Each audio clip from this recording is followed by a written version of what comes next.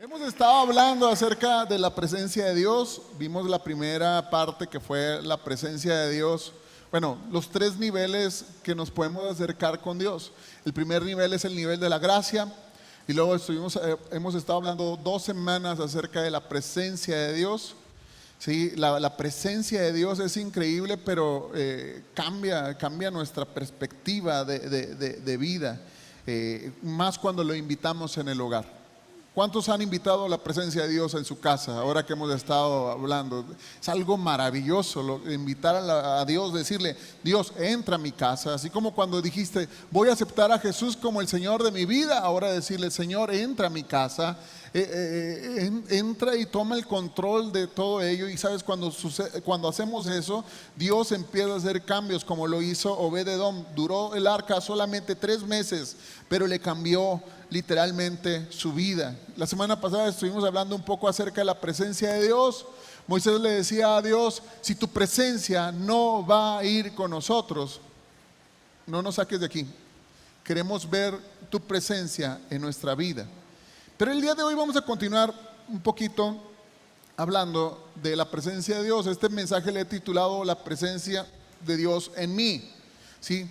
Hablamos de la presencia de Dios en nuestro hogar, de invitar a la presencia de Dios en nuestra vida, como Moisés lo decía.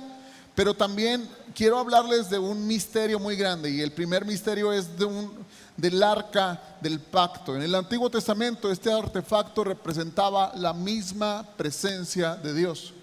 Abre tu Biblia ahí en Hebreos capítulo 9, versículo 1, que es lo que nos habla y nos explica el autor del libro de Hebreos, y dice: ese primer pacto entre Dios e Israel incluía ordenanzas para la adoración y un lugar de culto ahí en la tierra.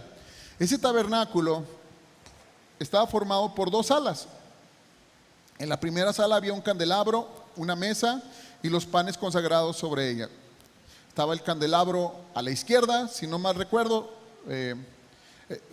Había ahí una sala, había una mesa y el lado izquierdo estaba la mesa de los panes consagrados. Ahí entraban los sacerdotes prácticamente todo el tiempo que le tocaba estar ministrando la presencia de Dios.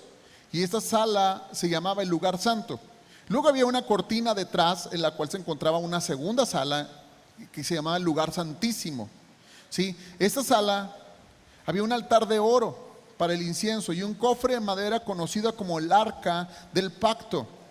Dice, la cual estaba totalmente cubierta de oro. Dentro del arca había un recipiente de oro que contenía el maná. Dice, la vara de Aarón y a la que le habían salido hojas, y las tablas del pacto que eran de piedra. Por encima del arca estaban los querubines de la gloria divina, cuyas alas se extendían sobre la tapa del arca, es decir, el lugar de la expiación.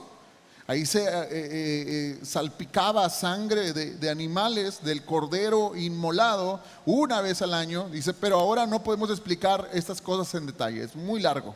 Sería toda una serie de estudios lo que representa estos simbolismos. Dice, pero cuando estos elementos estaban en su lugar, los sacerdotes entraban con regularidad en la primera sala durante el cumplimiento de sus deberes religiosos. Pero el sumo sacerdote solo entraba en el lugar santísimo y lo hacía una vez al año, y siempre ofrecía la sangre por sus propios pecados y por los pecados que el pueblo cometía por ignorancia en el día del perdón de pecados.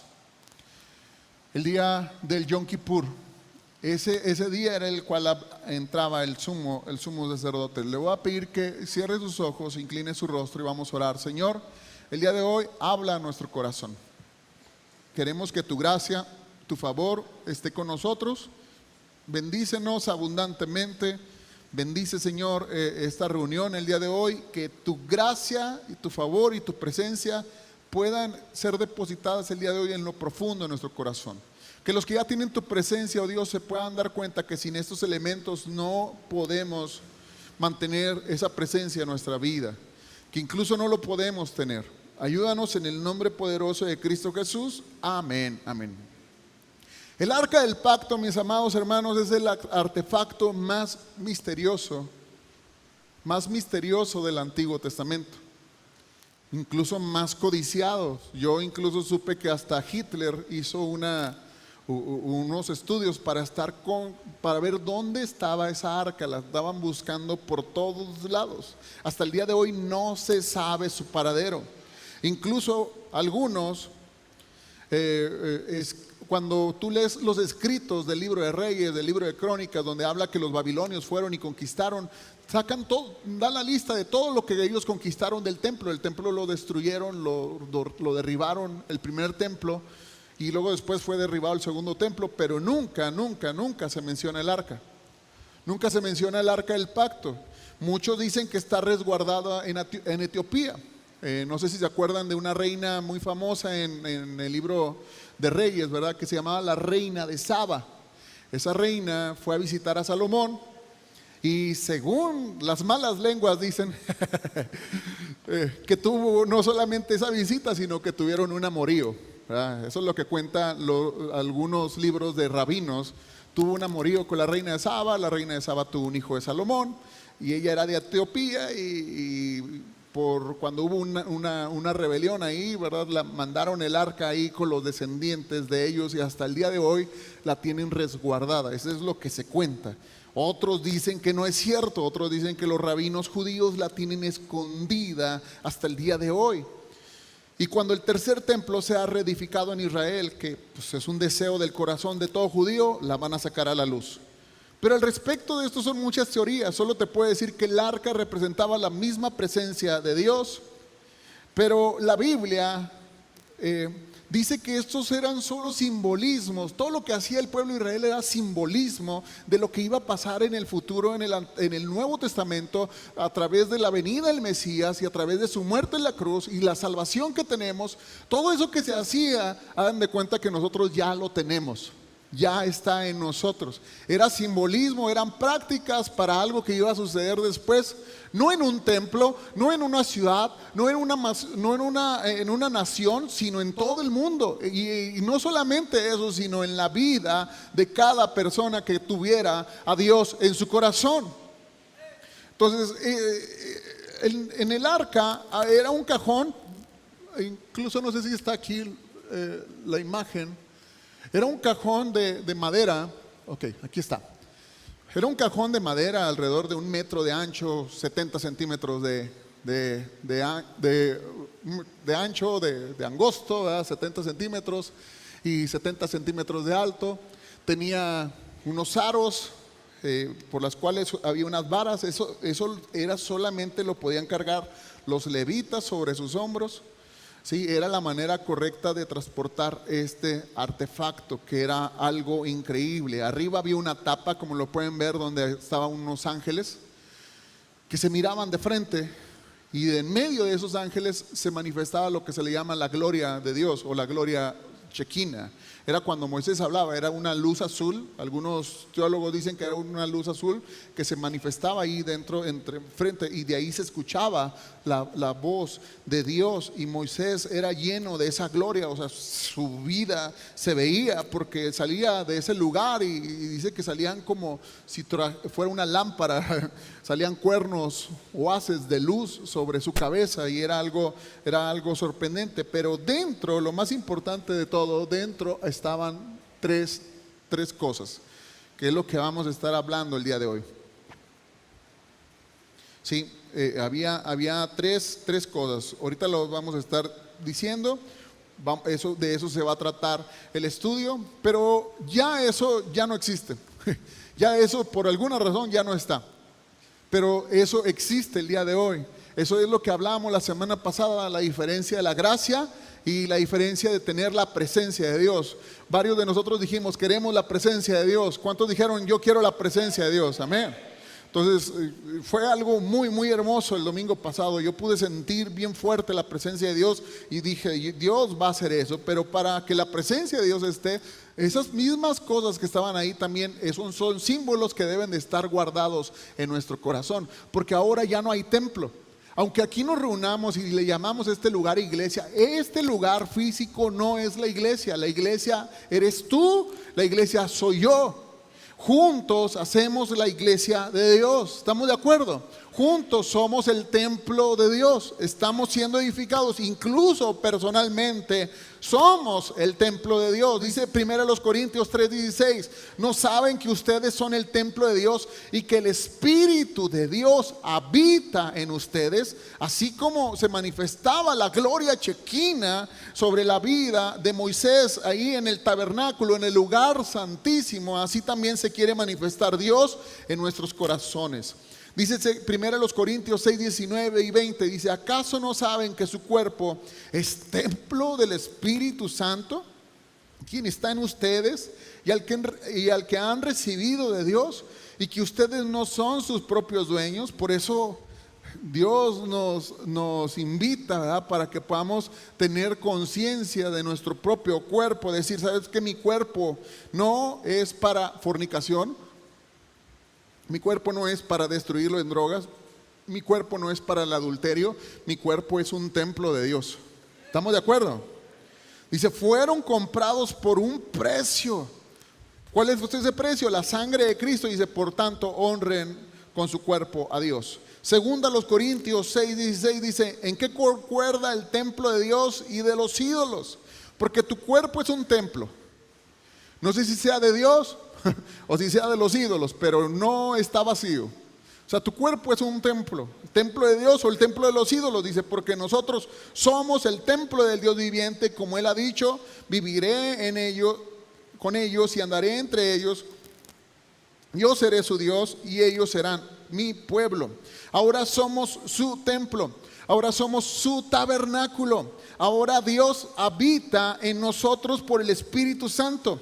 El arca de aquel tiempo, déjame decirte algo, era solo un simbolismo de lo que iba a pasar en el interior de una persona que tuviera la presencia de Dios, que fuera consciente que ya el templo no existe, sino que ahora Él es el templo de Dios, porque Dios habita en Él por medio del Espíritu Santo. Y donde quiera que vamos, llevamos el arca de Dios en nuestra vida. Así es, amén. Quiero hablarte de 3 cosas que Dios le mandó a Moisés que pusiera en el arca, que es la imagen que ahorita teníamos, ¿verdad? Y que simbólicamente también deben de estar en nuestros corazones. Son símbolos, son lecciones que cada persona que tenga la presencia de Dios debe de saber. Y el primer elemento era el recipiente del maná. Dice, en esa sala había un altar de oro, de incienso, un cofre de madera conocido como el arca del pacto, el cual estaba cubierto totalmente de oro. Dentro del arca había un recipiente de oro que contenía el maná. ¿Pero qué era el maná? El maná, nos dice la palabra, que eran como hojuelas como tipo hojuelas dice como semillas de cilantro. Yo nunca he visto las semillas de cilantro, ¿verdad? Pero dice la palabra que era así algo muy extraño. Era algo que todos los días ellos podían ver en el desierto. Salían afuera del desierto, lo iban y lo juntaban en una tina. Algunos juntaban 2 litros, algunos juntaban 4 litros. Y luego eso lo molían y lo hacían harina. Y esa harina la cocían y luego preparaban panes, preparaban pizzas, preparaban todo ese tipo de cosas que se podía hacer con el maná. Lo hacían de formas diferentes.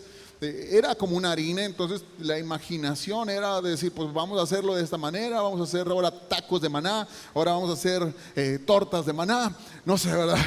Tenían que ser creativos, pero aún así llegó un hartazgo en el pueblo, ¿verdad? Pero era un pan del cielo, era un pan que lo sostuvo por buen tiempo. Ahorita vamos a ver esto, dice Éxodo 16:31, y llamaron al pan maná, era blanco como la semilla de cilantro y dulce como las tortas con miel. Fíjense, yo no he probado tortas con miel. Esto es lo que ha ordenado el Señor. Dijo a Moisés, tomen 2 litros de maná y guárdenlos para que las generaciones futuras puedan ver el pan que yo les di de comer en el desierto cuando los saqué de Egipto.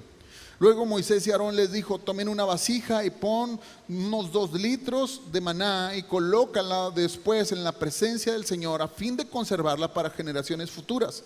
Había algo muy, muy especial de ese pan. era solo para ese día. O sea, tú no podías guardar el pan y decir, mañana, y ya mañana no voy, ya tengo para mañana, ¿verdad? No, no podías hacer eso, porque al otro día se agusanaba, a excepción del viernes. El viernes en la tarde ya se acababa y empezaba lo que le llaman el chavado, el día de descanso. Ahí sí juntaban dobles y juntaban 2 litros, juntaban 4 para el otro día, pero el otro día no podían ir a recoger pan porque no había, literal, no había. Y segundo, pasaba algo, que ese pan al día siguiente, o sea, en el día del Shabbat no se echaba a perder. Pero ese recipiente se quedó en el arca y saben que no se echó a perder porque en la presencia de Dios todo es duradero. ¿Cuánto lo pueden creer? Amén. Todo dura. Y dice, y comieron los israelitas maná 40 años. Óigalo bien, no una semana, no 2 días, no un mes, no un año, sino 40 años en el desierto es lo que comieron, 40 años, hasta que llegaron a los límites de la tierra de Canaán, que fue su país de residencia. El maná representa la provisión sobrenatural de Dios en la vida de aquel que tiene su presencia. Hay un pacto de parte de Dios. Tú permites que yo entre a tu vida, yo cuido de ti. ¿Habrá alguien que pueda creer eso? Yo cuido de ti. No es tal vez, no es probablemente. El maná nunca les faltó. Dios se enojó muchas veces con el pueblo, pero el maná no faltó. Porque la presencia de Dios estaba ahí, estaba en medio de ellos. Y es lo mismo. A veces pensamos que tenemos que ser perfectos o algo, pero no, Dios promete no dejarnos, no abandonarnos. Mientras seamos su pueblo, mientras le hayamos dado la oportunidad de su presencia, no nos va a dejar. Era un gran mensaje porque cuando Dios guió a su pueblo, Él proveyó. Mientras ellos anduvieron con Él en el desierto, nunca les faltó pan, nunca les faltó provisión. Su ropa jamás se echó a perder. ¿Se imaginan una camisa que les dure 40 años? Eso no te lo garantiza ninguna marca. No voy a decir marcas, pero ninguna marca te garantiza esa calidad. Ni un Levi's, nada, no te dura tanto tiempo. Y sabes, le duró la ropa todo ese tiempo, el calzado no se les echó a perder porque la presencia de Dios estaba entre ellos. Dios proveyó en el desierto. El salir de Egipto y estar por el desierto, muchos teólogos lo simbolizan el día de hoy con el conocer a Jesús y el paso que le damos del bautismo, que es lo que vamos a hacer la otra semana. Es lo que hacemos cuando nosotros conocemos ese desierto. Pero sabes, Dios siempre proveyó. Él proveyó en el desierto e hizo guardar ese recipiente lleno de maná para que cada vez que los hijos de Israel vieran el arca de Dios, supieran que Dios siempre iba a estar proveyendo. ¿Estamos de acuerdo? Para que cada vez que ellos lo vieran, supieran que Dios iba a proveer y los voy a seguir cuidando. Pero necesitaban tener fe, necesitaban confiar en Dios, porque sin fe es imposible agradar a Dios, porque es necesario que el que se acerca a Dios crea que le hay, que es galardonador de los que le buscan. Yo no sé cuántos de ustedes estén atravesando un desierto. Yo no sé cuántos de ustedes estén atravesando un momento difícil, pero quiero decirles con fe y con confianza que Dios no los va a dejar. ¿Habrá alguien que lo crea? Como 5 amén nada más, pero Dios va a proveer a sus vidas. Dios va a proveer todo lo necesario. Fueron sustentados con un pan del cielo desconocido. He conocido a personas que por alguna razón se corta el sustento de su trabajo. Tal vez los despiden y luego resulta que no pueden conseguir trabajo y batallan y sienten que se van a morir porque no hay trabajo. Van 1 mes, van 2 meses, van 3 meses, pero en todo ese tiempo te puedo asegurar algo: Dios no te va a dejar. Dios va a obrar de formas milagrosas, de cosas que tú no esperabas, porque Dios provee con aquellos que son parte de su pueblo. Y Dios quiere bendecirles. Y sabes, es increíble, pero dice la palabra que el primer día que entraron a la tierra prometida, ese día el maná cesó. Porque ahora ya no iba a ser sustentado ellos por el maná del cielo, sino porque habían entrado a una tierra bendecida, Una tierra donde ahora el fruto de su trabajo les iba a dar bendición. ¿Cuántos saben que el trabajo es una bendición? Es el medio para que tú y yo nos desarrollemos y seamos plenos y seamos una bendición. Esa es una bendición de Dios. Lo más triste de todo es que hay gente que piensa que su trabajo que es lo que los define. Su trabajo es lo que los sustenta. Su trabajo es el que provee. No, es que primero es mi trabajo y después Dios y después la familia y después todo eso. Y estás equivocado, no es así. El trabajo es un medio por el cual Dios te sustenta, pero no quiere decir que sea el único. Dios puede proveer de formas increíbles. Él provee de 3 formas en nuestra vida. El primero es a través de nuestro trabajo, a través de sabiduría y a través de las ventanas de los cielos. En nuestro trabajo, cada día debe haber un anhelo en nosotros, algo natural en nosotros de ser mejores. O sea, no puede haber un estancamiento de decir, ay, pues ya me conformo con esto y ya. O sea, no sé, cuando llegas a ese punto es un punto muy peligroso. Dios pone un anhelo, un deseo para que tú hagas tu trabajo con excelencia, para que cada día lo hagas mejor, para que cada día prosperes, para que anheles nuevos puestos, para que anheles nuevas cosas en tu vida, para que hagas tu trabajo con excelencia. Porque el trabajo es una bendición de Dios y Dios provee a través de nuestro trabajo, hacerlo con esfuerzo y sacrificio y hacerlo bien, porque Dios va a bendecir tu trabajo. ¿Estamos de acuerdo? Y luego, pues nos da sabiduría, mis hermanos, porque tristemente mucha gente se queda en esa área, en el trabajo. Y déjame decirte algo, el trabajo duro no necesariamente quiere decir que sea lo mejor para ti. ¿Sí te has dado cuenta? El trabajo duro, si fuera el trabajo duro, bien pagado de verdad, otros puestos son los que estarían arriba en la élite. Y no es así. Dios quiere darte sabiduría. Dile al que está a tu lado, hey, Dios quiere darte sabiduría. No todo es trabajo duro, sino un trabajo inteligente. Mi hermano, Dios puede darte 1.000.000 de ideas para proveer tus necesidades. 1.000.000 de ideas nuevas. Algo fresco. Si tú piensas, dices, estás bloqueado, es que no encuentro la salida. Pídele sabiduría a Dios y vas a ver que el Dios va a proveer algo que tú jamás te habías imaginado. Porque tú no dependes de tu trabajo solamente, sino de la sabiduría que Dios te da. Hay gente que en una crisis, hay gente que en un momento de desempleo, hay gente que en un momento difícil, Dios les ha dado una sabiduría y les ha dado una chispa y de eso han hecho un imperio. ¿Por qué? Porque es Dios el que nos puede dar sabiduría. Si la gente de este mundo cree que así puede suceder, ¿por qué nosotros como hijos de Dios no podemos creer que Dios proveerá en abundancia y con sabiduría a nuestras vidas? ¿Estamos de acuerdo? A Dios no le falta sabiduría, mi hermano. En los inicios del siglo XX hubo una asociación de personas, se asociaron varios líderes de Estados Unidos y quisieron cerrar las oficinas de patente. Porque ellos decían que todo lo que se tenía que descubrir ya se había descubierto. ¿Se imaginan a inicios del siglo XX? Todo lo que ha avanzado la ciencia, es más, la ciencia ha avanzado más en este siglo XX y XXI que en todos los siglos anteriores. Es increíble, pero Dios no tiene límites. Dios te va a dar sabiduría para poder crear algo nuevo y mucho mejor para sustentar tu vida, a tu familia y ser de bendición a tu iglesia, a tus amigos, a la gente necesitada, porque Dios proveerá. Habrá alguien que lo crea. Amén. Y el tercero son las ventanas de los cielos.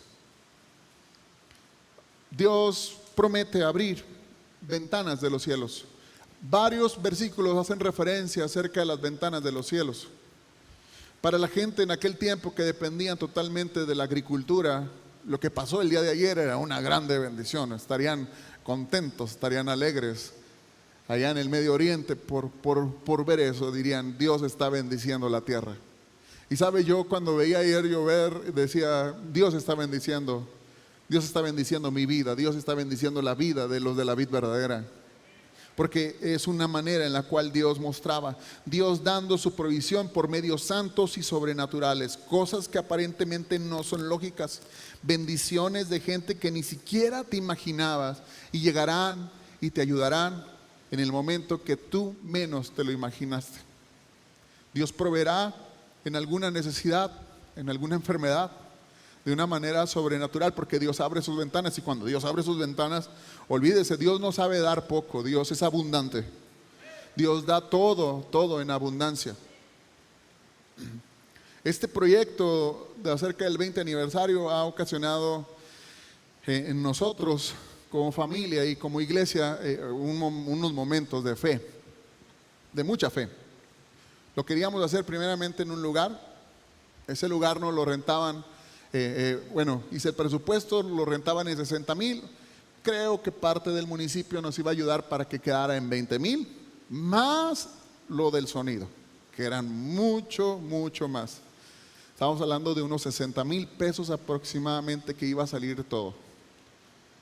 Y alguien mencionó a un pastor, al pastor Manuelito, y dije, pues voy a ir a hablar con él. Y cuando voy a ir a hablar con él y le digo, pastor, mire, queremos hacer este proyecto para este día, ¿cómo ve? ¿Cree que nos puede ayudar? Y él me dijo, claro que sí, hijo, pero mira, es que el equipo que tenemos, así, este equipo lo traje de Europa. Tiene 3 pantallas que cualquier iglesia soñaría. Y dije, wow, qué padre, ¿verdad? 3 pantallas, qué bendición. Y mire, estas pantallas son muy caras, este equipo que tenemos es muy caro, etcétera. Y yo dije, híjole, me va a querer rentar bien caro, ¿verdad? Me dice, pues ¿cuánto me pudieras dar? Y me preguntó que cuánto me cobraban y le dije, pues ¿cuánto me pudieras dar? Para no hacerse hasta largo, no es nada comparado a lo que íbamos a pagar, porque Dios proveyó de maneras sobrenaturales. Dios quitó esa presión de nosotros, que era una de las cosas que más nos presionaba. Dios puede proveer de forma sobrenatural. Es más, Dios proveyó en un solo día para ese lugar. Dios proveyó todo en un solo día. Proveyó el lugar, proveyó la ofrenda, porque Dios así es. Dios utiliza nuestras vidas para hacer de bendición en un momento, y Dios puede hacer cosas sobrenaturales. ¿Cuántos lo creen? Amén. Eso es un ejemplo de muchos. Este lugar es un ejemplo de lo que Dios ha provisto durante todo este tiempo. El segundo es la vara de Aarón.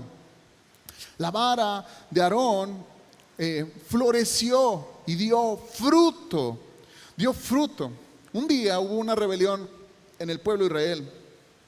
Y empezaron a decir toda la gente, pues ¿quién se ha creído ese tal Moisés? ¿Quién se ha creído Aarón? ¿A poco solo son ellos los que Dios usa? Y empezó un golpe de estado ahí.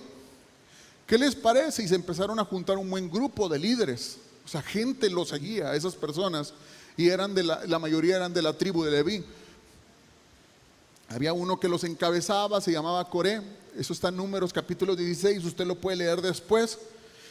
Y dice la palabra que Moisés cayó rostro en tierra. Moisés no quiso pelear, no quiso discutir. Lo primero que hizo fue cayó rostro en tierra pidiendo ayuda a Dios. Porque así es lo que tiene que hacer cualquier líder. Porque eso se llama gracia. Si algún día Dios te da una posición en tu trabajo, si algún día Dios te da una posición en la iglesia, si algún día eres líder de algún ministerio, si algún día eres líder, si algún día te casas joven y empiezas a ser el líder de tu casa, vas a ver que liderar no es nada fácil. No es nada fácil, ¿verdad que no? Ser líder de un trabajo no es nada fácil. Está fácil cuando eres el chalán, porque la responsabilidad cae sobre el maestro, ¿verdad? Lo que tú hagas o dejes de hacer va a caer sobre él, aunque tú hayas cometido el error. Y siempre Dios que da una posición será nunca por tu capacidad, nunca por lo bueno que eres. Pero cuando Dios llama a un líder a hacer algo, esta persona confía en que Dios lo respalda, o debe confiar que Dios lo respalda. ¿Sí? Generalmente no es por la capacidad de la persona. Debe quitarse todo orgullo. Incluso en la palabra hasta nos quita todo orgullo aquel que quiera hacer algo en Dios, porque dice, de lo vil y de lo menospreciado Dios usó para avergonzar a los sabios. O sea, delante de los ojos del mundo era lo vil y era lo menospreciado. O sea, no capacitaba, no era la persona correcta para estar ahí. En Números 16:3 dice que todos se unieron contra Moisés y Aarón y le dijeron: ustedes han ido demasiado lejos. El Señor santificó a la comunidad de Israel. O sea, cualquiera puede ser líder y Él está con todos nosotros. ¿Qué derecho tienen ustedes para actuar como si fueran superiores al resto del pueblo del Señor? Si eres papá o eres mamá, te pido algo: no dejes que tus hijos te manipulen. Tú eres la autoridad de ellos. Hay papás que hacen lo que sus hijos les dicen y eso no está bien. Tú eres autoridad. No digo que no les tengas que conceder algo, no digo que de repente no los trates bien. Eso no tiene nada que ver con tú ser la autoridad. Es algo increíble, pero cuando un niño ve que hay autoridad del papá y de la mamá, de verdad es algo que cambia la vida de él. Va a ser una persona muy, muy estable emocionalmente, porque todos, dígalo conmigo, todos necesitamos un símbolo de autoridad sobre nuestra vida. No debe ser con fuerza ni con soberbia, pero sí con seguridad y humildad. Y sabes, pasó una tragedia, para no hacerla tan larga. Los de Coré se pusieron de un lado. Moisés dijo: pónganse de aquel lado los que están del lado de Coré y vénganse para este lado los que están de nuestro lado. Y dice: si Dios está con nosotros, acepta su ofrenda y nosotros nos hacemos a un lado. Pero si no es así, entonces que se abra la tierra, que los trague vivos. Y eso fue lo que pasó. La tierra se tragó a Coré y a todas esas 250 personas. Y no solamente eso, muchísima gente estaba conforme con eso y Dios también lo respaldó a Moisés. Pero después Dios se le ocurrió algo y dijo: a ver, vamos a hacer algo para que no vuelva a pasar este evento. Trae a todos los líderes de las tribus, a 12 tribus. Había 12 tribus y había un líder por cada tribu. Que cada uno traiga su bastón de mando, traiga su bastón de autoridad. Vamos a traerlos y vamos a ponerlos delante de la presencia de Dios. Los pusieron delante del arca. Y el día de mañana vamos a ver, póngale su nombre, identifíquenlo, vean que todos estén ahí. Los pusieron y el otro día fueron y la vara de Aarón había reverdecido. No solamente eso, le habían salido renuevos, o sea, flores. Era una vara de almendro y había producido almendras. Todos los líderes lo vieron y se quedaron sorprendidos porque era la manera en la cual ellos vieron. Dice ahí en el versículo 10: y Jehová dijo a Moisés: vuelve la vara de Aarón delante del testimonio. O sea, ya no va a ser la vara de Aarón, desde ese momento pasó a ser la vara de Dios.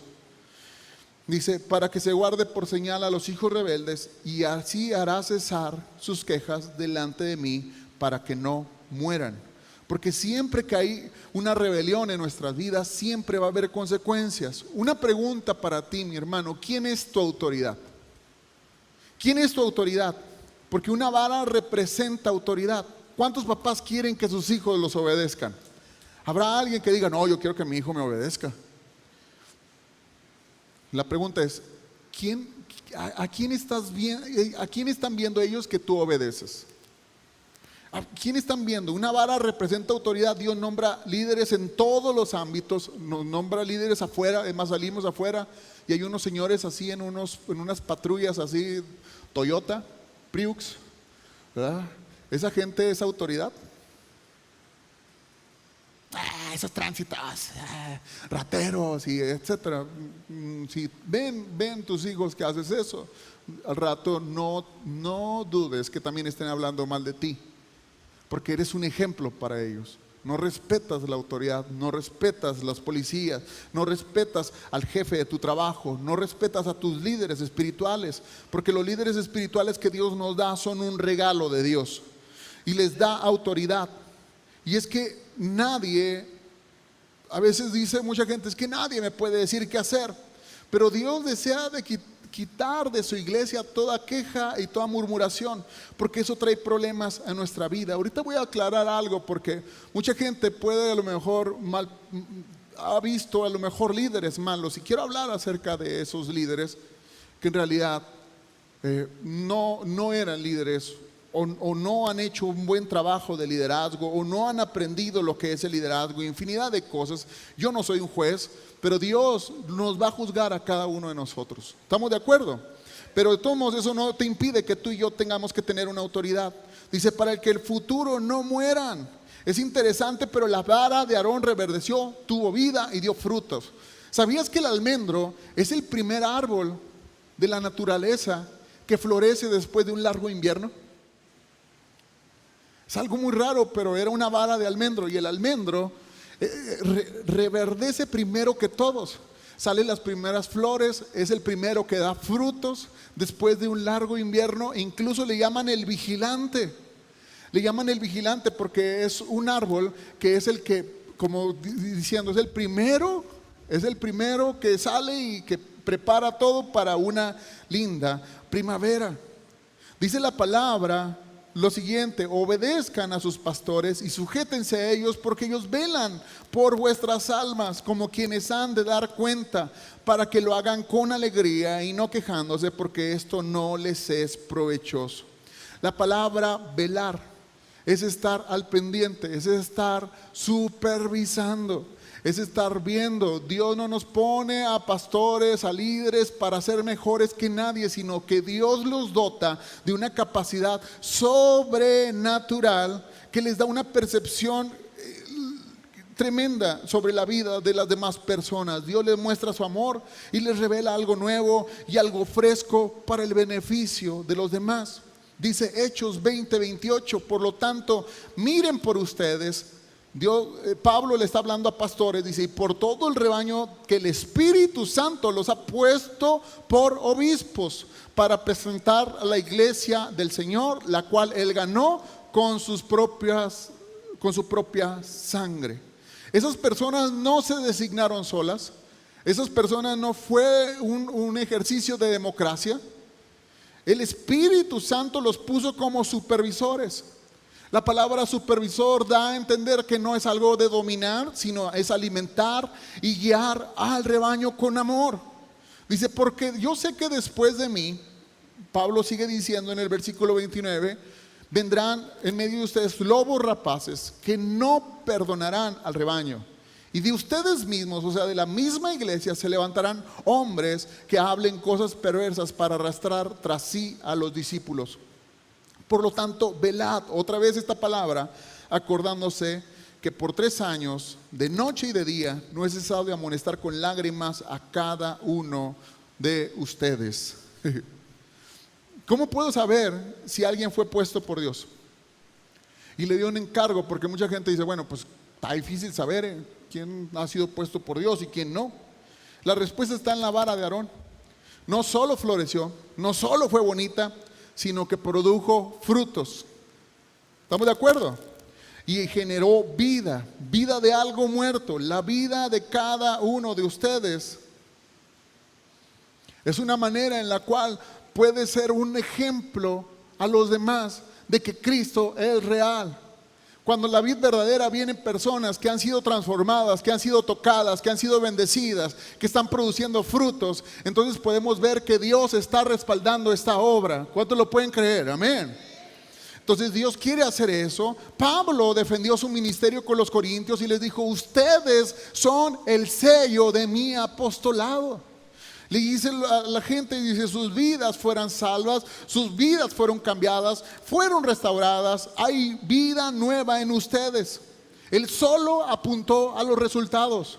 Él no dijo, no, porque yo soy una persona así, yo tengo tantos idiomas, Él no dijo acerca de sus logros personales, sino del resultado en la obra de Dios.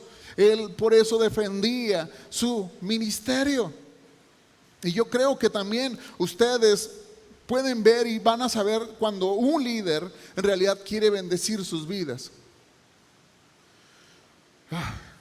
Se habla de infinidad de cosas de los pastores el día de hoy. Yo le pongo a veces me llegan a mí, no sé si porque sea pastor, videos de que no, que los pastores, y hablando contra los pastores y los pastores. Y digo, Señor, cuida nuestra vida, cuida nuestro corazón. No somos perfectos, nos podemos algún día equivocar, ¿sí? Pero creo que ¿cómo puede saber? Simple y sencillamente, aquí delante de ustedes, de todos los que están aquí, o sea, a ninguno de ustedes los hemos pedido algo para lo personal.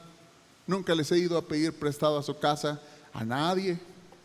Eso me da una paz enorme de poder verlos a todos ustedes de frente y en su cara. Si a alguien le debo algo, ¿verdad? Acérquese con confianza. Jamás, o sea, trato de recibir ningún beneficio de ustedes. Al contrario, en lo que ha podido ser de nosotros, queremos ser de ayuda y de bendición en lo que ustedes son. Hay personas que de su corazón les ha nacido y nos ha dado algo en momentos difíciles. Les tengo tanto cariño y aprecio a aquellas personas que supieron para cuando mi esposa estaba enferma.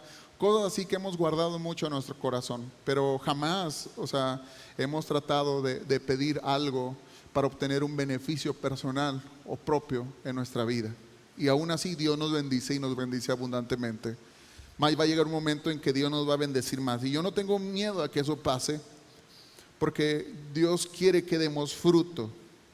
En la semana, mandé un mensaje, estaba haciendo la lista para enviar mensajes y le mandé un mensaje a una chica que tiene mucho que no viene a la iglesia y me acordé de ella. Dije, mira, quién sabe si todavía será su número. Le mandé saludar, la mandé invitar y me dice, pastor, nada más quiero preguntarle algo. ¿Todavía están en el lugar? Porque ella vino la última vez como hace unos 6 años aproximadamente. ¿Todavía están en el mismo lugar? Le digo, sí, claro que sí, es que se ve muy cambiado, se ve muy diferente. O sea, ella pensó que habíamos vendido el lugar porque de plano o habíamos cerrado y algo o alguien estaba en este lugar. O sea, ha sido la mano de Dios sobre este lugar. Los resultados se han visto, todo el mundo lo ve, pero siempre va a haber gente que diga, no ha pasado nada allí en ese lugar.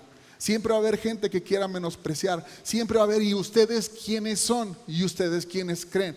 Pero cuando una persona tiene la presencia de Dios, siempre tiene que tener una vara de autoridad. Ahora, yo les aconsejo algo. Hay gente que dice, pues yo no creo en usted. Bendito sea el Señor. Vaya a un lugar, reúnase en una iglesia, esté bajo la autoridad de ese pastor y le aseguro que Dios lo va a bendecir. Pero esté bajo una autoridad, porque nadie podemos andar en la vida sin autoridad. ¿Estamos de acuerdo? Y vea, para terminar, las tablas de piedra, que es lo más importante. La palabra de Dios debe estar presente en el corazón de cada creyente si quiere florecer. La pregunta para ti y para mí, ¿cuántas veces lees la Biblia en la semana? ¿Estás abriendo la Biblia en la semana? Porque hay gente que me dice, es que pastor, me siento bien seco. Me siento bien triste, me siento bien desanimado. Es más, ya no quiero ir a la iglesia. Y la pregunta es, ¿estás leyendo? ¿Estás leyendo la palabra? Y resulta que no. Tiene meses que no ha leído la palabra de Dios. Tiene meses. Por eso tu vida está así. Porque si quieres tener la presencia de Dios en tu vida, necesitas estar la palabra de Dios presente todos los días. Como un maná diario, como algo que esté presente, como algo que esté impactando tu vida. Porque si no, simplemente, aunque estés sirviendo, aunque estés haciendo algo en la iglesia, déjame decirte algo, si la palabra de Dios no está todos los días como un alimento fresco en ti, simplemente la presencia de Dios se va a ir. No puede estar ahí. La palabra de Dios tiene que estar todos los días. Al menos un capítulo diario. Eso es lo que hacemos en los ministerios. Les encargamos devocionales porque si no leen un capítulo diario, se nos van a morir. Se nos van a morir en el esfuerzo, se nos van a morir en el trabajo, porque el trabajo de Dios es duro, pero trae grandes recompensas. Porque el trabajo de Dios requiere esfuerzo, pero trae grandes recompensas, porque el trabajo de Dios hay que hacerlo de manera excelente, pero trae grandes recompensas. ¿Estamos de acuerdo? ¿Me ayudas, hijo, por favor? Sí, dice 1 Timoteo 1:5, dice, pues el propósito de este mandamiento, fíjense, el propósito de la palabra de Dios es el amor nacido de corazón limpio, de buena conciencia y de fe no fingida. La palabra de Dios tiene que afectarnos, el mandamiento tiene que afectarnos. ¿Cómo nos afecta? A través de nuestra relación con Dios. O sea, cada vez que usted lee la Biblia, tiene que afectarlo a tener una mejor relación con Dios. Tiene que afectarlo en su relación consigo mismo, con sus pensamientos. Ese es el poder de la palabra de Dios, limpia la mente. ¿Con qué limpiará el joven su camino? Con tanta basura que hay, con tanto Netflix que hay, con tantas redes sociales que hay. ¿Con qué limpiará el joven su camino? Con guardar tu palabra. Ahí está la solución. Y nuestra mente es renovada cada vez que leemos la palabra, y tiene que afectar la palabra de Dios en mi relación con los demás, cómo los percibo y cómo los veo. Dice ahí, de fe no fingida. Y es que la escritura dice que sin fe, no dice que la escritura que sin fe es difícil o es muy complicado. Dice, es imposible agradar a Dios. Es imposible, mis hermanos, agradar a Dios si tú no tienes fe. Dice la palabra que la fe viene por el oír. ¿El oír qué? La palabra de Dios. Y si tú no estás en una constante búsqueda de la lectura de la palabra de Dios, te vas a secar tu fe. Dice que este mandamiento, el principio es una fe no fingida, una fe sincera. Tenemos que tener fe para poder tener una relación con Dios sincera y profunda. ¿Estamos de acuerdo? De buena conciencia, o sea, de una paz interior. Eso da la paz de hacer caso a lo que nos dice la palabra de Dios para tomar las mejores decisiones. ¿Sabes que en la Biblia hay principios de liderazgo? ¿Sabes que en la Biblia hay principios para ser un mejor papá? ¿Sabes que en la Biblia hay principios para ser una mejor mamá? ¿Sabes que en la Biblia hay la solución para todos los problemas de nuestra vida cotidiana? Ahí está la solución, ahí está la manera en la cual nosotros podemos enfrentar. Y eso, claro que cambia el pensamiento de una persona, produce una paz. ¿Te imaginas? Hay principios financieros que te pueden hacer bendecido, sumamente bendecido. Imagínense, esos pensamientos son cuando tú y yo tomamos las mejores decisiones de nuestra vida, porque todos los días nos topamos con decisiones. ¿Y cuántas veces las regamos? Iba a decir peor. ¿Cuántas veces cometemos esas tonterías que no deberíamos de cometer? ¿Y saben por qué? Todo por no estar en constante búsqueda de la palabra de Dios. Una paz que sobrepasa todo entendimiento, la paz de no deberle a nadie, la paz de no odiar a nadie, la paz de tener una salud emocional que hemos estado viendo los jueves.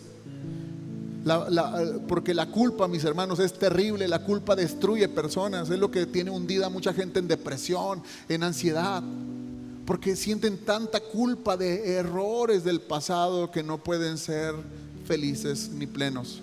Pero la palabra de Dios nos limpia nuestros pensamientos y podemos cada día ver la gloria de Dios. La palabra de Dios nos da la clave para ser sanos en todos los aspectos de nuestro interior. ¿Cuántos quieren ser sanos en su interior? Amén. Y por último, un amor nacido de un corazón limpio. ¿Para quién? Para los demás. Si quieres tener éxito en la vida, necesitas tener relaciones interpersonales de éxito. La clave del éxito en la vida está en cómo te lleves con los demás. Hay gente que dice, yo no le hablo a nadie, yo no tengo amigos con nadie, yo no me acerco a nadie. No vas a vender, no vas a lograr nada, no vas a tener socios, no vas a tener ayuda, porque siempre estás herido, porque siempre estás lastimado. Dios quiere que aprendas a amar y a perdonar. No importa en qué orden sea, pero tiene que ser amar y perdonar.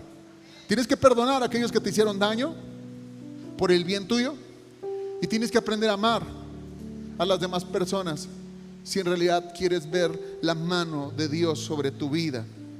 De un corazón limpio, de un corazón sano. Es muy difícil, porque a veces no deseamos ser confrontados con esas heridas internas, pero cuando aprendes a perdonar a los demás, todo marcha mejor. Según estos simbolismos que vimos, en ti están o deben de estar.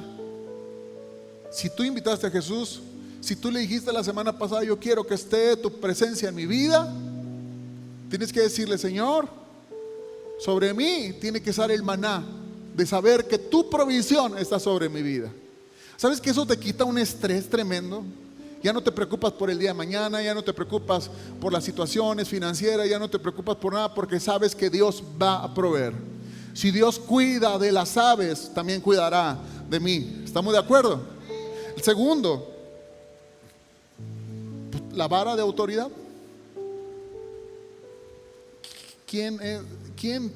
¿A quién le estás rindiendo cuentas? ¿Quién es tu autoridad? ¿A quién le puedes decir pastor? ¿A quién le puedes decir un líder? Porque es verdad, en la iglesia existen muchos tipos de personas. Existen las personas de las cuales, el pastor, o sea, es el pastor de la iglesia, no tu pastor. En la iglesia, para muchas personas, soy un amigo, y no es nada malo ser amigo de ellos. Yo quiero muchísimos amigos, pero hay pocas personas que dicen: Él es mi pastor. ¿Por qué? Porque muchas veces no queremos estar bajo la autoridad de nadie. Y no significa, como les digo, algo que se pongan en una autoridad. Uno tiene que estar bien seguro de quién va a estar así. Es más, yo digo que aquí hay personas que sin darse cuenta no pueden estar bajo una autoridad porque hubo un líder malo o un líder que los dañó. Puede ser tu propio papá, puede ser alguien de tu infancia, un maestro, puede ser un pastor, alguien que te dañó, que no supo valorar tu confianza, que abusó de ti. Hay gente que me dice: pero pastor, es que esto, lo otro, y me empiezan a hablar de otras personas que les pidieron prestado, que pidieron esto, que les quedaron mal, etcétera. Pues, y yo digo: pues está bien, no importa. Si tú ves eso, huye de ese tipo de lugar.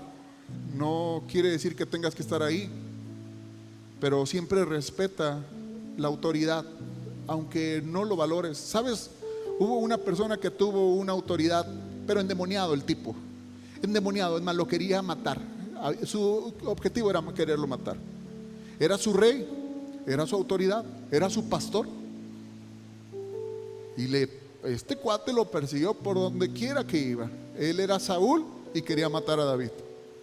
Y cuando David tuvo la oportunidad, porque tuvo 2 veces la oportunidad de echárselo y ahí acabar con su reinado, y él sabía que él iba a ser automático el rey, había la unción sobre su cabeza, decidió no hacerlo. Dijo: no, no lo voy a hacer. ¿Cómo va a poner mis manos sobre el ungido de Jehová? Ungido, pues está endemoniado, pero Dios lo había puesto como él había tomado malas decisiones, él había tomado decisiones incorrectas, pero decidió no atentar contra él. Yo te pido algo: si alguien te ha hecho daño, si alguien te ha lastimado, hoy en este momento perdona. Hoy en este momento di perdón, porque si no, no vas a poder avanzar, te vas a quedar estancado ahí. Es más, ya nadie va a poder ser autoridad, porque puedes estar en una iglesia, puedes estar en un ministerio, pero no va a ser tu autoridad porque ya no vas a confiar en nadie. Dice: pues si esta persona pasada abusó de mi confianza, me lastimó, me hirió, ya no vas a poder tener nadie sobre tu autoridad. Yo quiero decirles algo: el día de hoy Dios quiere sanar esa parte sobre ti, pero tú tienes que estar bajo la autoridad.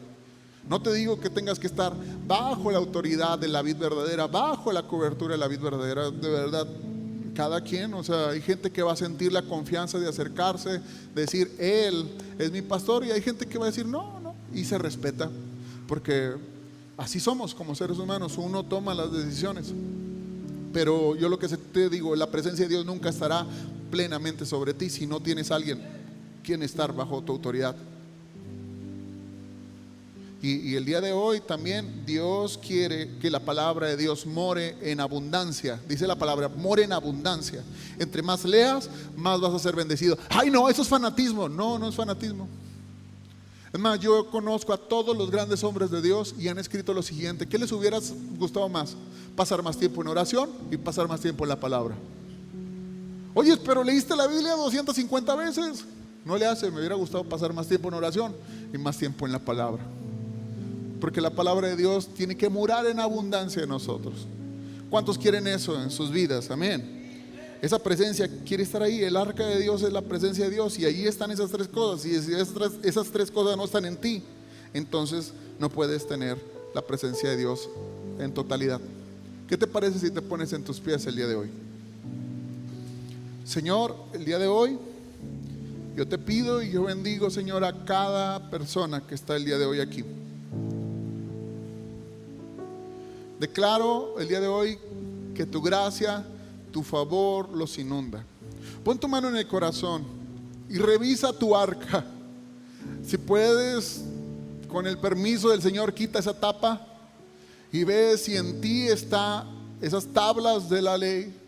Ve si en ti está cuando está esas tablas de la ley, sabes, dices, no puedo vivir un solo día sin la presencia de Dios. No puedo vivir un solo día sin la palabra de Dios.